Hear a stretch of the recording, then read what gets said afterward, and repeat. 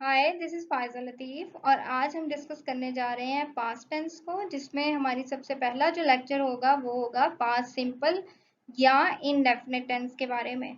तो let's start. सबसे पहले हम देखते हैं कि पास्ट सिंपल या पास्ट इंडेफिनिट टेंस होता क्या है। ये दोनों एक ही टेंस के नेम्स हैं और इनको ऐसे एक्शन को शो करने के लिए यूज़ किया जाता है जो कि फिनिश्ड हो या कंप्लीटेड हो, लेकिन कहाँ, at a specific time in the past. यानी पास्ट में ही एक एक्शन जो फिनिश हो गया है, कंप्लीट हो गया है, उसको शो करने के लिए हम यूज़ करते हैं पास्ट सिंपल या पास्ट इंडेफिनिट टेंस, जो कि दोनों एक ही टेंस के नेम्स हैं। अच्छा, इजी करने के लिए मोस्टली जो जनरली इसकी उर्दू में पहचान होती है वो ये होती है कि उर्दू में जो टेंस है वो अलिफ छोटी ए बड़ी ए या अलीमदा पे ख़त्म होगा। और जिस तरह से कुछ एग्जांपल्स मैंने शो किए, हम स्कूल गए बड़ी ए, अहमद आया अलिफ, एंड मैंने चाय पी छोटी ए।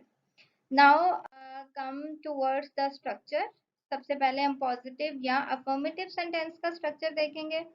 एक स्ट्रक्चर ये होता है जिसमें पास्ट सिंपल जो है वो वाली सेंस यूज की जाती है कि आपका सब्जेक्ट आता है, देन वाज या वर आता है और उसके बाद आपका ऑब्जेक्ट आ जाता है। उसके बाद है सेकंड स्ट्रक्चर, ये है कि सब्जेक्ट आता है, उसके बाद पास्ट फॉर्म आती है यानी सेकंड फॉर्म ऑफ वर्ब आती है और देन आपका ऑब्जेक्ट आता है। स्ट्रक्चर वन की अगर आप एग्जांपल देखें तो आई सिंगुलर है, वॉज बिजी, शी सिंगुलर है, वॉज क्लेवर, दे प्लूरल है, वर हैप्पी। और यहाँ पर जो इनडेफिनेट वाला कंपोनेंट है जिसमें पास्ट फॉर्म आती है यानी जिसमें सेकंड फॉर्म ऑफ वर्ब आती है, तो उसमें हर सब्जेक्ट के साथ आइदर वो सिंगुलर है और वो प्लूरल है, सबके साथ ही सेकंड फॉर्म ऑफ वर्ब आती है। एग्जांपल आप देखें, he came here, I ate mango, she told a lie. तो तीनों सब्जेक्ट के साथ जो है वो फॉर्म ऑफ वर्ब जो है वो सेकंड आई है यानी पास्ट फॉर्म ही आई है। अब हम देखते हैं नेगेटिव सेंटेंस का स्ट्रक्चर। तो नेगेटिव सेंटेंस में जो सिंपल वाला कंपोनेंट है यानी जिसमें वॉज वर आता है, उसमें जस्ट आपको वॉज और वर के बाद एक नॉट का एडिशन करना पड़ता है। Like I was not happy, she was not clever, we were not happy. लेकिन अगर आप दूसरे स्ट्रक्चर को देखते हैं तो इसमें थोड़ी सी कॉम्प्लेक्सिटी है, क्योंकि इसमें हमें नेगेटिव में डिड नॉट यूज करना पड़ता है और फिर हमारी जो पास्ट फॉर्म है वो प्रेजेंट फॉर्म में कन्वर्ट हो जाती है। यानी आप इसको इस तरह से ले सकते हैं कि ऑलरेडी जो पॉजिटिव सेंटेंस होता है उसमें कुछ जो है एबनॉर्मेलिटी होती है, लाइक सेकंड फॉर्म लगी होती है और हमें इसको ठीक करने के लिए डिड नॉट लगाना पड़ता है और फिर वो जो है अपनी ओरिजिनल शेप यानी प्रेजेंट फॉर्म में वापस आ जाती है। अच्छा, यहाँ पर हमारे पास एक और आसानी ये भी है, जिस तरह हम प्रेजेंट इंडेफिनिट में देखते हैं कि हमें डू और डज की अलग से आइडेंटिफिकेशन करनी पड़ती है, बट यहाँ हर सब्जेक्ट के साथ आपका डिड नॉट जो है वो यूज हो जाता है। He did not come here, I did not eat mango, she did not tell a lie। लेकिन यहाँ जो ज़्यादा इम्पोर्टेंट चीज़ ये है कि जब आप नेगेटिव बना रहे हैं, डिड नॉट लगा रहे हैं, तो फॉर्म को आपने पास्ट फॉर्म से प्रेजेंट फॉर्म में चेंज कर देना है। अब आते हैं इंट्रोगेटिव सेंटेंस के स्ट्रक्चर पर। इंट्रोगेटिव क्या होता है? क्वेश्चन स्टेटमेंट होती है, क्वेश्चन सेंटेंस होता है। और उसी तरह दोनों स्ट्रक्चर्स लाइक वॉज वर आपका स्टार्ट में आ जाएगा, देन सब्जेक्ट और उसके बाद ऑब्जेक्ट। और अगर आप स्ट्रक्चर टू की बात करते हैं तो डिड स्टार्ट में आ जाएगा, then subject and then first form and then object. Example देख सकते हैं, was I busy, was she clever, were we happy. And second structure is, did he come here, did I eat mango, did she tell a lie। So now moving towards to our WH interrogative sentence या WH questions। तो structure one में जिस तरह से was word start में आता है, उससे पहले कोई WH family का question word आ जाता है एंड जो आपका remaining sentence है वो सेम रहता है। और इसी तरह स्ट्रक्चर टू में did से पहले हमारा WH फॉर्म आ जाता है, क्वेश्चन वर्ड आ जाता है। तो स्ट्रक्चर वन की examples, when was I busy, why was she clever, how were we happy. और स्ट्रक्चर टू की, when did he come here, where did I eat mango, why did she tell a lie.